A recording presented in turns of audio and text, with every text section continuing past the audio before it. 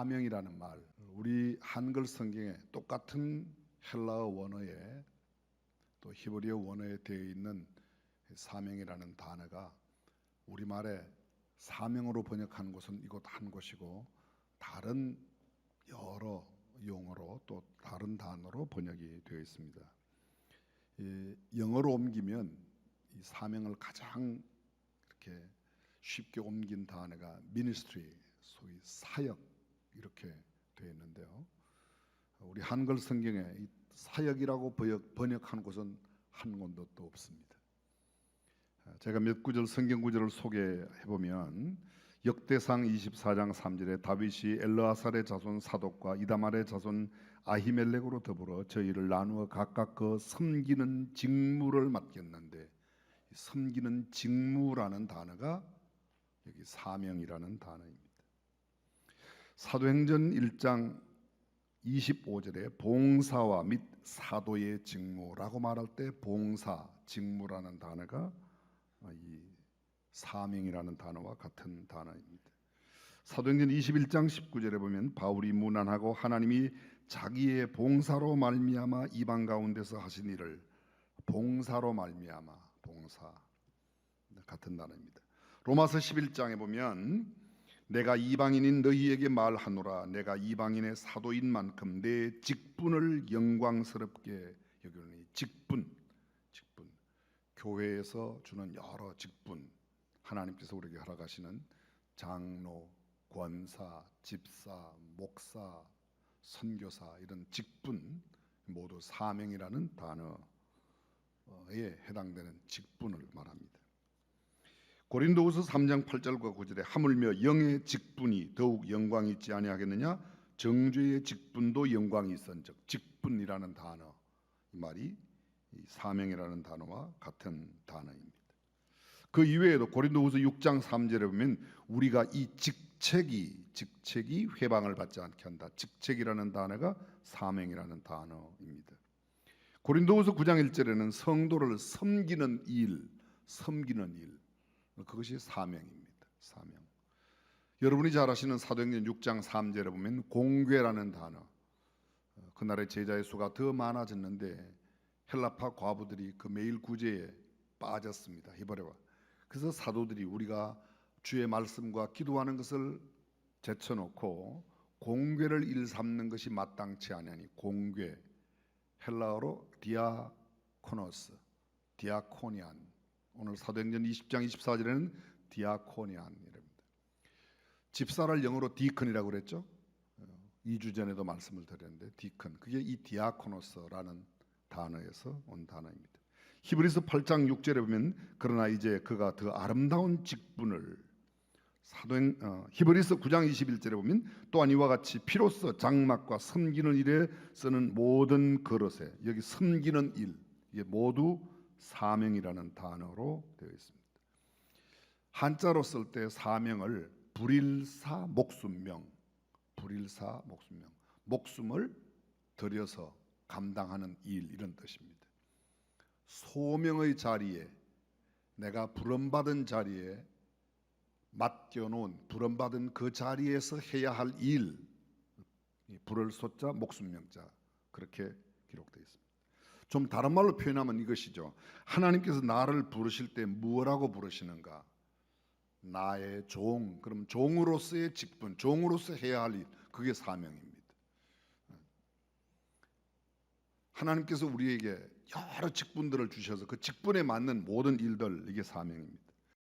네덜란드에 수상을 지닌 아브라함 카이프라는 분이 계십니다. 목사의 아들로 태어났습니다. 그도 신학을 공부하고 목사가 되었습니다. 목회 활동을 얼마 하지 않았습니다. 그리고 이내 하원 의원에 출마해서 당선되었습니다. 하원을 지나고 그 다음에 상원에 도전했습니다. 상원 의원이 되었습니다. 상원 의원에서 여러 가지 일을 많이 했습니다. 물론 신학적인 활동도 했습니다. 그리고 그 다음에 수상의 자리에 도전했습니다. 대통령 중심제의 나라에서는 상당한 권한이 대통령에게 있지만 내각 책임제의 나라에 있어서는 대통령이나 왕은 상징적인 인물이고 실제의 모든 일은 수상, 소위 프라임 미니스터, 수상이 다 감당하는 거죠. 그가 수상이 되었습니다. 수상으로서 수많은 일들을 한 것이 있지만 수상의 자리에 오래 있지 못하고 그는 곧 수상의 자리에서 쫓겨납니다. 그런데 그가 남긴 역사가 신학에서도 교육학에서도 아주 빼놓을 수 없는 아주 현격한 공을 세웠습니다. 한마디로 말하면 교육을 개혁했습니다. 여러분 잘 아실 겁니다. 네덜란드가 그렇게 큰 나라가 아닙니다. 우리 한국의 3분의 1 정도 돼요. 인구도 3분의 1, 땅 크기도 3분의 1. 땅 크기가 3분의 1 정도 되는 데서 3분의 1은 네덜란드예요. 네덜란드. 네덜란드라는 말이 수면보다 아래 낮은 땅들이 3분의 1 됩니다. 그게 진짜 엄청 작은 나라인데요. 그럼에도 불구하고 지금 현재 세계 경제 규모가 5위예요. 무역 순위를 따지면 세계 5위입니다. 그게 왜 그런가? 아브라함 카이퍼의 교육 개혁 때문에 이루어졌다는 겁니다. 아브라함 카이퍼의 교육 개혁은 초등학교 학생이 입학을 하면 졸업할 때까지, 초등학교 졸업할 때까지 담임 선생님이 한 분이 맡아요. 2학년 때 바뀌고 3학년 때 바뀌고 1학년 때부터 졸업할 때까지 한 선생님이 다 맡아서 선생님이 주로 하는 일은 국어, 영어, 수학, 사회 뭐 이런 것을 가르치는 것도 하겠지만 그것보다 더 소중하게 여기는 게 있습니다. 그게 뭔가 하면 이 아이가 어떤 재능을 갖고 있는가, 이 아이가 어떤 일을 잘하는가, 어떤 일을 할 때 보람을 느끼고 어떤 일을 맡을 때 그가 기뻐하고 즐거워하는가, 이 아이 속에 하나님께서 넣어놓으신 탤런트가 뭔가, 재능이 뭔가를 발견해내는 겁니다. 그리고 중학교 입학할 때 6년 동안 지나면서 이 아이는 이런 일을 좋아하고 이런 일을 잘하고 이런 일에 보람을 느끼고 그런 재능, 글을 쓰기를 좋아한다, 말하는 걸 좋아한다, 무슨 논리적인 사고, 기계를 자꾸 뜯는 걸 좋아한다. 그렇게 해서 올리면 거기에서 쉬운 말로 김연아 선수가 피겨스케이팅 하나만 잘하면 되고 손흥민은 공 잘 차는 것으로, 박찬호는 야구 잘하는 걸로, 박세리는 골프 잘하는 걸로. 근데 그것을 찾아내어 개발한다는 게 쉬운 일이 아닙니다. 주입식 가르침이 아니라 피교육자, 소위 학생, 어린아이들의 속에 하나님께서 넣어놓으신 재능을 찾아내고 발견해내는 겁니다. 교육을 영어로 education이라고 합니다. 라틴어, 옛날 로마의 글자 라틴어의 에듀코 또는 에듀카테라는 그 원어의 뜻은 찾아내다, 발견해내다, 개발해내다, 그리고 그것을 잘 육성시켜서 그렇게 살아가도록 돕는 것, 이게 교육입니다. 오늘 본문 바울이 제3차 전도 여행 당시에 밀레도를 떠나 예루살렘으로 돌아오기 전에 그가 3차 전도 여행의 중심 선교지였던 에베소 교회 장로들을 밀레도 항구로 부릅니다. 밀레도 항구에서 에베소까지는 약 45km. 지금이야 자동차로 가면 그렇게 먼 거리가 아니지만 교통이 발달되어 있지 않던 그때의 45km는 작년이 하루 종일 부지런히 걸어도 가기가 힘든 거리가 45km입니다. 사도 바울은 마지막 이 밀레도 항구의 고별 메시지 가운데에서 그가 에베소가 있는 이 아시아, 소아시아 지역에 들어온 첫날부터 어떻게 사역을 감당하고 어떤 삶을 살았는지를 그들에게 자서전적인 고백으로 메시지를 전하고 있습니다. 오늘 여기 밀레도 항구의 고별 예배 가운데서 마지막으로 전하는 바울의 메시지 속에서 바울의 신앙 고백, 바울의 삶의 태도, 바울이 지금 자신에 대해서 이야기하고 있는 그 모습을 통하여 우리의 삶, 우리의 신앙을 점검해 보고자 합니다. 도대체 사도 바울은 어떠한 신앙 자세로 에베소에서 전도하며 또 생활하였는지, 바울의 삶의 스타일을 결정하는 생애 가치관이 무엇이었는지, 그들은 그 예배 가운데서 성경이 묘사하고 있습니다. 바울의 목을 안고 크게 대성통곡을 했습니다. 참으로 많은 신비찬 의문이 본문 속에 담겨져 있습니다. 이제 이러한 여러 가지 문제에 결정적인 해답을 주고 있는 바울의 삶의 태도, 한 4가지 정도를 정리하려고 합니다. 첫 번째, 바울은 이렇게 말하고 있습니다. 본문 가운데서 바울이 나는 아시아에 들어온 첫날부터 여러분들과 함께 눈물로 함께 살았습니다. 동고동락했다는 겁니다. 본문 바로 직전에 나온 17절에 보면 바울이 밀레도에서 사람을 에베소로 보내어 교회의 장로들을 청하니 오매 저희에게 말하되 아시아에 들어온 첫날부터 지금까지 내가 항상 너희 가운데서 어떻게 행하는 것을 너희도 아는 바니 곧 모든 겸손과 눈물이며 유대인의 간계를 인하여 당한 시험을 참고 주를 섬긴 것과 그렇습니다. 그가 아시아에 들어온 첫날부터 항상 너희 가운데서 내가 어떻게 행했는지 너희가 아는 것처럼 나는 눈물과 겸손으로 너희를 섬겼다고 말합니다. 유대인의 간계가 많아 계략과 계책 가운데서 나를 어떻게 하면 넘어뜨리려고 나를 시기하고 질투하고 미워하고 나를 정말 못 살게 구는 사람들이 내 주변에 그렇게 많았음에도 불구하고 나는 3년 동안 너희와 함께 그런 시험을 이겨내며 삶을 살아냈다고 말합니다. 계속되는 본문 뒤에 나오는 31절에 보면 그러므로 너희가 일깨어 내가 3년이나 밤낮 쉬지 않고 눈물로 각 사람을 훈계하던 것을 기억하라. 바울의 눈에는 눈물이 마르지 않았습니다. 바울의 신앙의 눈물과 겸손, 시험을 참으며 주를 섬긴 것, 그것이 그의 삶이라고 바울은 밤낮 쉬지 않고 눈물로 각 사람을 3년이나 훈계했다고 말합니다. 바울의 에베소에서의 사역은 참으로 동고동락하는 삶이었습니다. 슬픔 가운데, 괴로움 가운데, 고통 가운데, 아픔 가운데, 번민과 고민 가운데 있는 성도들과 함께 고민하고 함께 눈물 흘리고 함께 슬퍼했습니다. 문제가 있을 때 함께 밤을 지새며 기도하고 상담했습니다. 뿐만 아니라 바울은 유대인의 관계 속에서도 주의 사과를 조금도 흐트리지 않았습니다. 아마도 바울은 그의 눈에 눈물 없이는 사역을 할 수 없었던 그런 귀한 사역을 감당했습니다. 힘들고 어려울 때 동고동락하는 것 결코 쉽지 않습니다. 여러분 가끔 텔레비전을 바라보면서 동행이라는 프로그램이나 아니면 어려운 이웃들을 소개하는 프로그램 볼 때 막 눈물을 흘리죠? 그렇죠? 그러면 그게 나오는 텔레비전에 나오는 주인공이 굉장히 도움을 받죠. 여러분들이 눈물을 한 사발씩 흘려도 전혀 도움이 안 됩니다.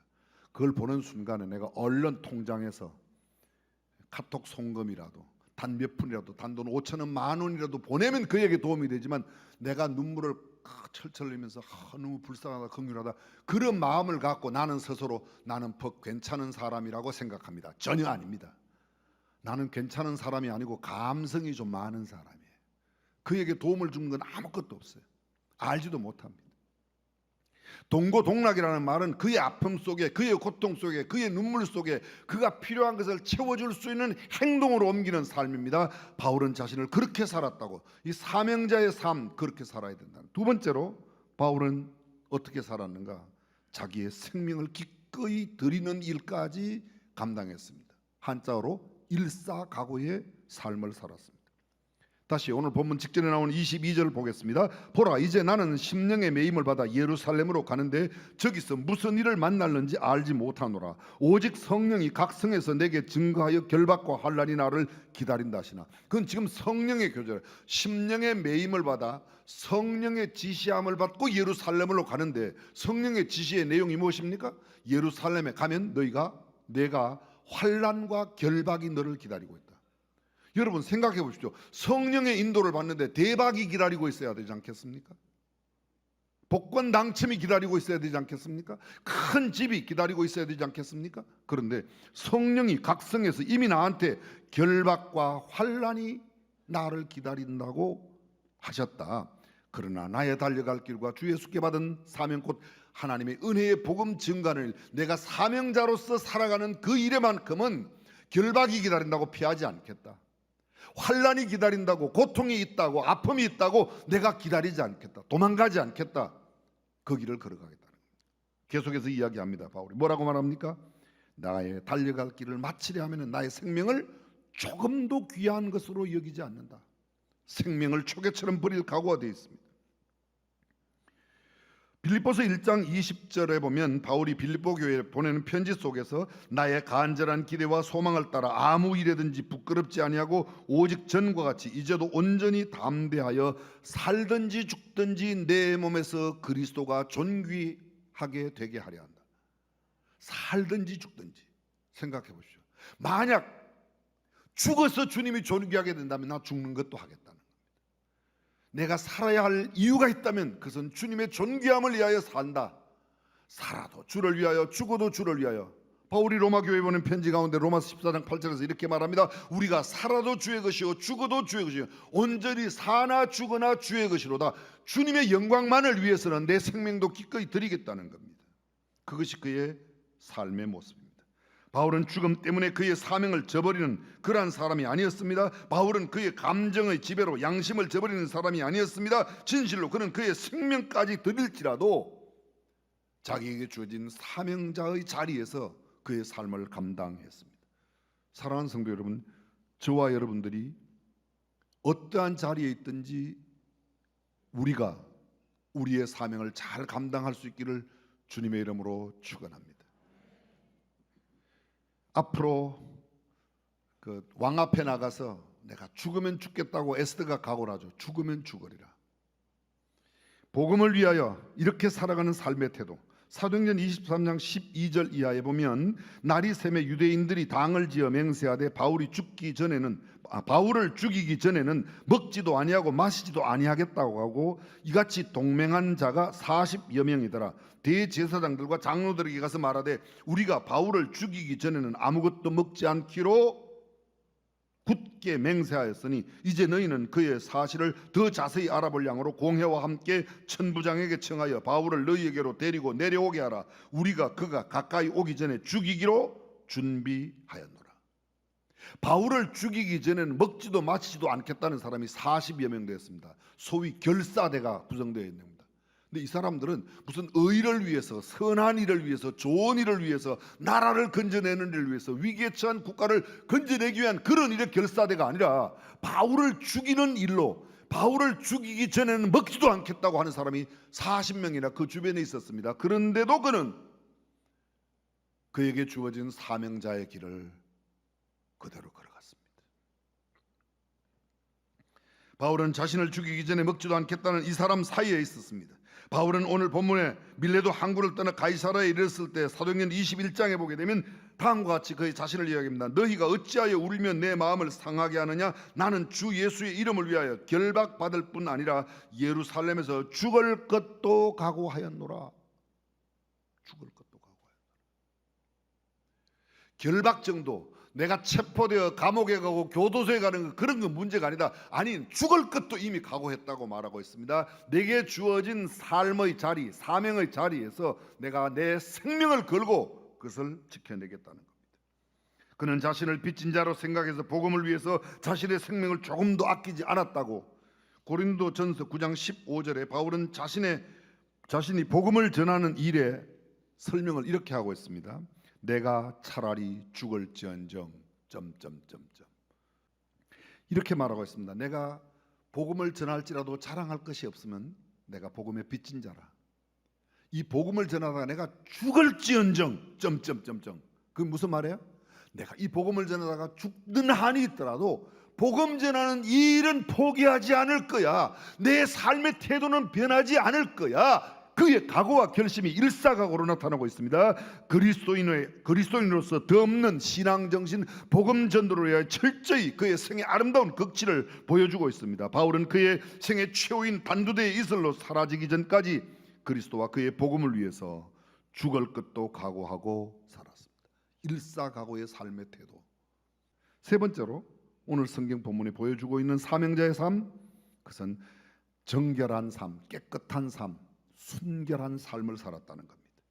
여기서 제가 말씀드리는 정결한 삶이란 이중적인 의미가 있습니다. 먼저 26절이 이렇게 말합니다. 그러므로 오늘 너희에게 증거하노니 모든 사람의 피에 대하여 내가 깨끗하다. 모든 사람의 피, 이 말의 뜻은 무슨 뜻입니까? 싸움을 하지 않았다, 살인하지 않았다, 그런 뜻이 아닙니다. 이건 이제 내가 끓이지 않고 하나님의 뜻을 다 너희에게, 다시 말하면 복음을 전하는 일만큼은 누구에게도 했다는 겁니다. 누구를 만나든지 가장 먼저 하는 이야기가 복음 이야기예요. 여러분은 사람을 만날 때 가장 먼저 하는 이야기가 뭐예요? 가장 먼저 묻는 물음이 뭐예요? 저한테 한번 물어보세요. 고목사, 너는 처음 만날 때 그 사람한테 뭘 묻냐? 저는 첫 번 물음 이거예요. 예수 믿으십니까? 이거 묻어요. 예전에는 이렇게 했어요. 이 말을 담대하게 못할 때는 혹시 교회 나가세요? 이렇게 물어봤어요. 다 여러분들도 다 공감대가 있을 겁니다. 그렇게 물을 필요가 없어요. 예수 믿으십니까? 예수 믿어야 구원받습니다. 이것이 우리가 전해야 할, 생명을 걸고 지켜야 할 사명자로서의 우리가 이 일을 감당해야 될 줄로 믿습니다. 이것보다 더 소중한 게 없습니다. 바울은 바로 그렇게 하고 있습니다. 에스겔서 3장 18절 우리가 잘 아는 말씀, 가령 내가 악인에게 말하기를 너는 꼭 죽으리라 할 때 내가 깨우치지 아니하거나 말로 악인에게 일러서 그 악한 길을 떠나 생명을 구원케 하지 아니하면 그 악인은 그 죄악 중에서 죽으려니와 내가 그 핏값을 내 손에서 찾을 것이라. 그렇습니다. 너 예수 믿고 구원받아야 돼. 그 이야기 안 하면 그 사람은 그 죄악 가운데 죽어가도 그 사람의 핏값은 그 말하지 않은 우리에게서 찾겠다고 주님이 말씀하고 계십니다. 예수님을 십자가에 못 박게 하고 손을 씻음으로 깨끗하게 하렸던 빌라도의 내게는 죄가 없다, 그런 정도의 깨끗함으로 도저히 비교되지 않는 완전한 대조를 이루는 정결한 신앙생활. 바울이 33절에 이르면 내가 아무의 은이나 금이나 의복을 탐하니, 이 두 번째 깨끗한 의미는 금이나 은이나 의복에 대해서, 물질에 대해서, 배금주의에 대해서, 이 세상을 살아가는 데 꼭 필요한 것들, 그것 때문에 내가 내 사명자의 삶의 태도를 흐리지 않았다, 깨끗했다는 겁니다.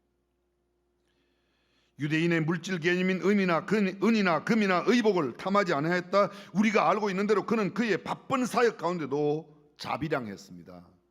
우리가 알고 있는 바울은 천막 만드는 텐트 메이커였습니다. 그와 함께 했던 브리스길라와 아굴라 부부와 함께 천막 장수로 활동했습니다. 그는 히브리인 중에 히브리인이요, 이스라엘 중 이스라엘 사람이요, 아브라함의 자손이요, 베냐민의 지파요, 율법으로는 최고의 바리새인으로, 율법의 의로는 흠이 없는 자요, 그는 당대 가장 유명했던 가말리엘 문화에서 법학과 철학과 수학을 통달하여 공부했습니다. 사내들인 공회의 의원, 사내들인 입법, 사법, 행정 3권을 모두 가지고 있던 70명의 회원으로 되어 있습니다. 그 중에 한 명이었습니다. 원하기만 한다면 그 얼마든지 사람들이 부러워하는 지위와 명성, 부귀 다 가지고 누릴 수 있었습니다. 그런데 그는 그 모든 것을 다 초계같이 분토처럼 버리고 복음에 합당한 삶을 위하여 손수 찢어진 천막을 깁고 새로운 천막을 만들어 팔며 사역을 감당했습니다. 사도행전 18장 3절과 고린도전서 4장에 그의 삶을 이야기합니다. 특별히 데살로니가전서 2장 9절에 보면 형제들아, 우리의 수고와 애쓴 것을 너희가 기억하리니 너희 아무에게도 누를 끼치지 아니하려고 밤과 낮으로 일하면서 너희에게 하나님의 복음을 전파했노라. 낮에 복음을 전하면 밤에 천막을 기었습니다. 밤에 복음을 전하면 낮에 천막을 만들었습니다. 이것이 바울의 삶이었습니다. 누구에게도 누를 끼치지, 폐를 끼치지 않겠다는 삶. 사랑하는 성도 여러분, 우리의 사명을 감당하고 내가 이 귀한 사명을 감당하니까 너 도와줘, 너 나한테 돈 좀 줘, 이렇게 구걸하지 않았다. 스스로 그 일을 감당했다는 겁니다. 사랑하는 성도 여러분, 저와 여러분들이 이러한 깨끗한 삶의 아름다운 태도를 가질 수 있기를 주님의 이름으로 축원합니다. 마지막 네 번째, 바울의 아름다운 사명자로서의 삶, 모델이 되었습니다. 본이 되었다는 겁니다. 본문 35절입니다. 본문 뒤에 나오는 말씀 35절에 범사의 모본을 보였다.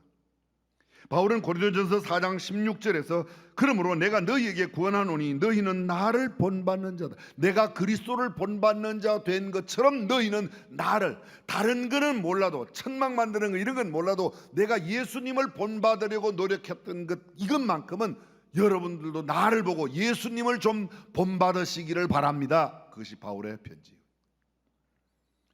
빌립보서 3장 17절입니다. 형제들아, 너희는 함께 나를 본받으라. 또 우리로 본을 삼은 것 같이 그대로 행하는 자들을 보이라. 행하는 모습을 보이라는 겁니다. 데살로니가전서 3장 1절이야. 형제들아, 우리 주 예수 그리스도의 이름으로 명하노니 규모 없이 행하고 우리의 받은 유전대로 행하지 않는 모든 형제에게서 떠나라. 어떻게 우리를 본받아야 할 것을 너희가 스스로 아나니? 우리가 너희 가운데서 규모 없이 행하지 아니하며, 그렇습니다. 내가 규모 없이 행하지 아니하는 그 모든 규모 있게 살았던, 법을 잘 지키며 율법을 준수하고 살았던 것처럼 여러분도 그렇게 율법을 잘 지키고 사십시오. 나를 좀 본받으세요. 여러분, 누가 나를 본받으라고 자신 있게 이야기할 수 있는 사람이 우리 가운데 얼마나 있겠습니까?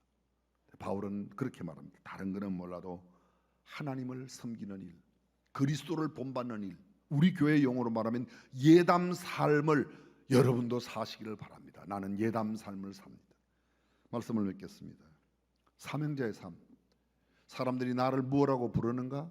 그 부름에 합당한 자의 자리에서 내가 살아야 하는 삶의 태도는 나를 그렇게 부르는 자를, 또 나를 그렇게 불러주신 하나님 앞에 동고동락하는 슬픔도 기쁨도 아픔도 함께 나누는 삶. 한 걸음 더 나가서 내게 주어진 그 일을 위해서는, 사명을 위해, 직분을 위해서는, 직무를 위해서는, 내 직책을 위해서는 내 생명도 초게같이 드릴 수 있는 일사각오의 삶의 태도, 그리고 아무의 은이나 금이나 의복을 탐하지 아니하고 모든 사람의 피에 대해서도 깨끗한 정결한 삶. 한 걸음 더 나가 주님을 본받는 모범적인 아름다운 삶을 살아가는 우리 모두가 되기를 주님의 이름으로 축원합니다.